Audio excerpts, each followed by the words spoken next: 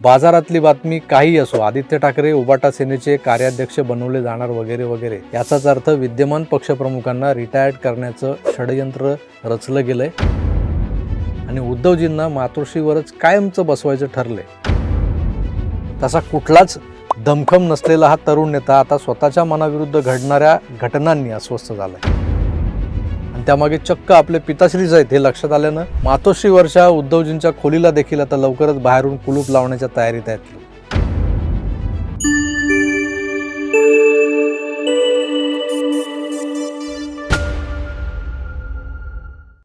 2012 सालची गोष्ट आहे. नोव्हेंबर महिना होता आणि त्यात दिवाळी होती. हिंदुहृदय सम्राट शिवसेना प्रमुख बाळासाहेबांचं दुःखद देहावसान झाल्याची बातमी आली आणि महाराष्ट्रातला कानाकोपरा थिजल्यासारखा झाला. साहेब गेले आणि त्यांच्या जाण्यानंतर एक एक बातम्या ज्या आहेत त्या राजकीय सोयीनुसार बाहेर यायला लागल्या. खुद्द राज ठाकरेंनी शिवाजी पार्कवरच्या त्यांच्या एका सभेत एक आठवण सांगितली होती की बाळासाहेबांच्या अखेरच्या दिवसांमध्ये त्यांच्या अशा तोळामासा तब्येतीनंतरही एकूणच पथ्यपाण्याबद्दल फारसं कोणी त्यांना गांभीर्यानं घेत नव्हतं किंवा त्या पथ्यपानांकडे तेवढं लक्ष दिलं जात नव्हतं. तेलकट वडे त्यांना खायला दिले जात होते. ती फेमस झालेली आहे ती गोष्ट. मग राजसाहेबांनी बाळासाहेबांना आवडतो म्हणून आपल्या घरून चिकन सूप बनवून आणला होता आणि त्यांना स्वतःच्या हातानं पाजला देखील. आठवण खरंच हृदय हेलावून टाकणारी होती, पण त्या आठवणीला एक राजकीय किनार देखील होती. राजसाहेब बोलण्याआधी मातोश्रीवर ज्यांची थेट बाळासाहेबांकडे विना रोकटोक ये-जा असायची त्यातल्या नारायण राणेंनी असेच किस्से ऐकवलेले आहेत. रामदास कदमांनी बरंच काही सांगितलेलं आहे. असे आणखीन बरेच लोक आहेत ज्यांनी मातोश्रीच्या त्या पोलादी पडद्याआड नेमकं काय घडायचं त्यावर भाष्य केलं. एकूणच वयाच्या एका टप्प्यानंतर बाळासाहेबांनी उभं केलेलं हे साम्राज्य कुणीतरी त्यांच्याकडून बळजबरीनं काढून घेतंय की काय अशी परिस्थिती निर्माण झाली होती. असंख्य नेते, आमदार, खासदार, नगरसेवक या गोष्टीला दुजोरा देतात की होय, आम्हाला बाळासाहेबांना भेटू दिलं जात नव्हतं त्यावेळेला. कार्याध्यक्ष पदावर बसवलेल्या किंवा स्वतःहून हट्टानं स्वतःच बसलेल्या उद्धवजींनी एका क्षणी शिवसेनेचा ऑक्सिजन असलेल्या शिवसेना प्रमुखांना त्यांच्या शिवसैनिकांपासून तोडून टाकलं होतं. जुन्या मातोश्रीतल्या एका मजल्यावर बाळासाहेब जणू काही आपल्याच लोकांच्या नजरकैदेत अडकलेले होते. मातोश्रीवरचं किचन कॅबिनेट हळूहळू शिवसेना ताब्यात घेण्याच्या योजना आखत होतं. हे सगळं उघड्या डोळ्यांनी बघूनही ना बाळासाहेब काही करू शकले ना त्यांचे शिवसैनिक. आपल्या जन्मदात्या बापाबद्दल किती ममत्व यांचं की हे सो कॉल्ड बायोलॉजिकल वारसदार 26 जुलैच्या महाप्रलयात आपल्या तीर्थरूपांना नोकरांच्या भरवशावर बंगल्यात एकटं सोडून पंचतारांकित हॉटेलात राहायला निघून गेले होते. त्या पावसात मुंबई बुडाली होती. मातोश्रीचं तळघर आणि पहिला मजला देखील पाण्याखाली गेला होता. त्या स्थितीत तुमच्या माझ्यासारख्या लाखो शिवसैनिकांचा, हिंदूंचा सरसेनापती, महाराष्ट्राचा ढाण्या वाघ म्हणजे आमचे वंदनीय बाळासाहेब हे चहूबाजूंनी पावसाच्या पाण्यानं मिठी नदीला आलेल्या पुराच्या वेड्यात मातोश्रीवर अडकून पडले होते. हे किस्से जे याच्या त्याच्या तोंडून ऐकलेले, उघड झालेले, आपल्या कानावर पडलेले, पण आजारपणात हतबल झालेले आणि एकाकी पडलेले मोठे साहेब बाळासाहेब नेमकं काय काय सहन करत होते याची कल्पनाच न केलेली बरी.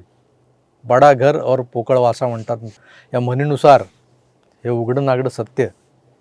पण आपल्या सभोवती असंख्य घरांमध्ये, सामान्य मराठी माणसांच्या घरात देखील आपण आपल्या आईबापांची होणारी अवहेलना पाहत आलोय. ज्यांनी कधी काळी आपल्या उमेदीत तुम्हाला जन्म दिला, वाढवलं, पोसलं, त्यांनाच त्यांची पोरं म्हातारपणात अडगळ समजू लागतात या आपण कुठे ना कुठेतरी पाहतच असतो. मित्र, असं म्हणतात नियती कोणाला सोडत नाही. कर्माची फळं याच जन्मात आणि इथंच फेडायची असतात. बऱ्याचदा नियतीचा न्याय होताना आपण पाहतो देखील. काल परवापासून एक बातमी वाऱ्यासारखी सर्वत्र पसरली आहे की उबाटा सेनेच्या कार्याध्यक्षपदावर आदित्य ठाकरेंची नियुक्ती होणार आहे. म्हणजेच पक्षाची सगळी सूत्रं ही ज्युनियर ठाकरेंच्या हातात. हा कसला परिणाम आहे? पक्षाध्यक्षपदी बसलेल्या पण फील्डवर अजिबात कार्यक्षम नसलेल्या किंवा कार्यरत नसलेल्या आपल्याच वडिलांनी आपल्या मनात असलेल्या उमेदवाराला राज्यसभेवर न पाठवण्याचा निर्णय ज्या बिरबलाच्या नादी लागून घेतला आहे, न पेक्षा हा निर्णय घेताना आपले पिताश्री हे पक्षाचे कार्याध्यक्ष, पक्षप्रमुख आहेत. त्यांच्या हातात संविधानिक हत्यार आहे. संयुक्त राष्ट्रातल्या सदस्यांकडे असतं ना, तशी विटो पॉवर आहे की अंतिम निर्णय मीच देणार. ठीक आहे, द्या. पण हे निर्णय जर संपादकाच्या सल्ल्यानं प्रभावित होऊन दिले गेलेले असतील तर ते मात्र चालणार नाहीत ना. अशानं आपल्या क्लोज सर्किटमधल्या खासमखास माणसांचं काय म्हणतं, ती माणसं दुरावतील. आता त्या प्रियंका चतुर्वेदीबाई लागले ना मोदींची तारीफ करायला. अहो, जर का तुमच्याकडून पुन्हा खासदार त्यांना बनवलं जाणार नाही असं कळलं तेव्हा त्या पलटल्या. आता त्या तशा मोकळ्याच आहेत.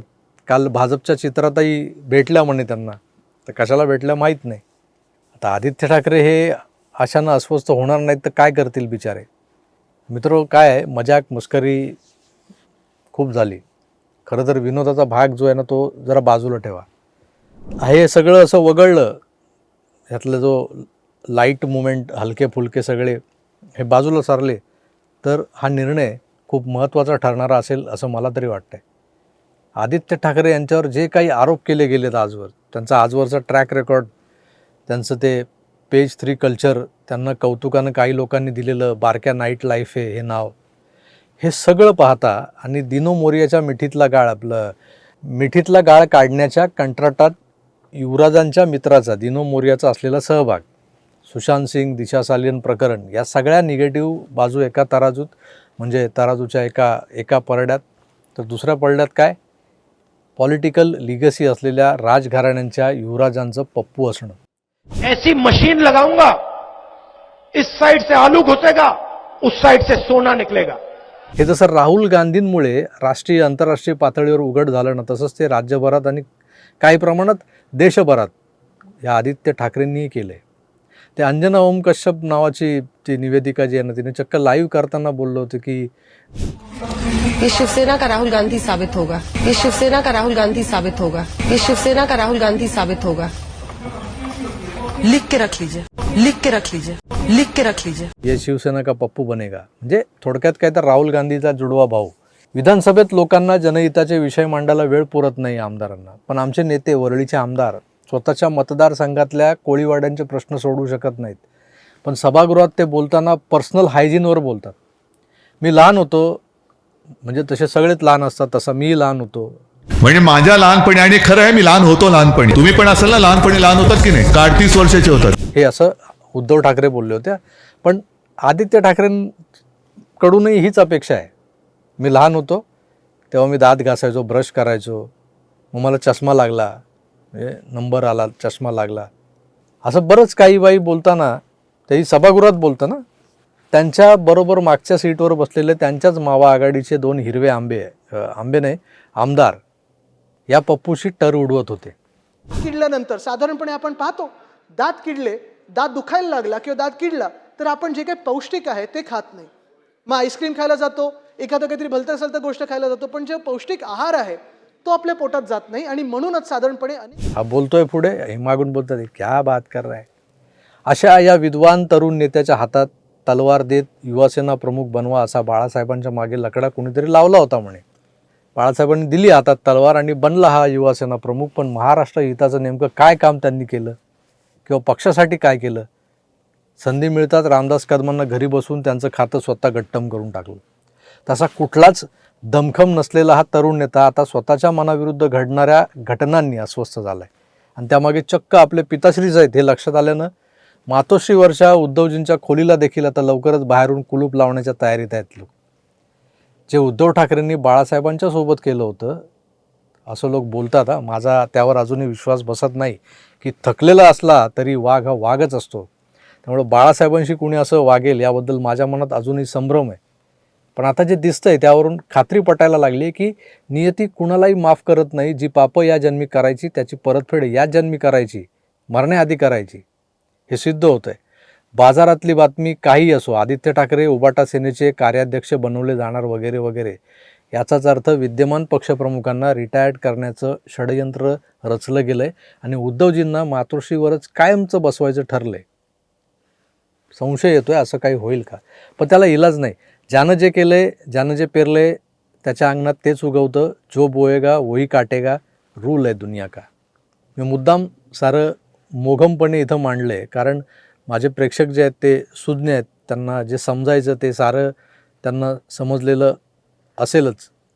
समजलेलं असेल ना? असेल तर कमेंट जरूर करा.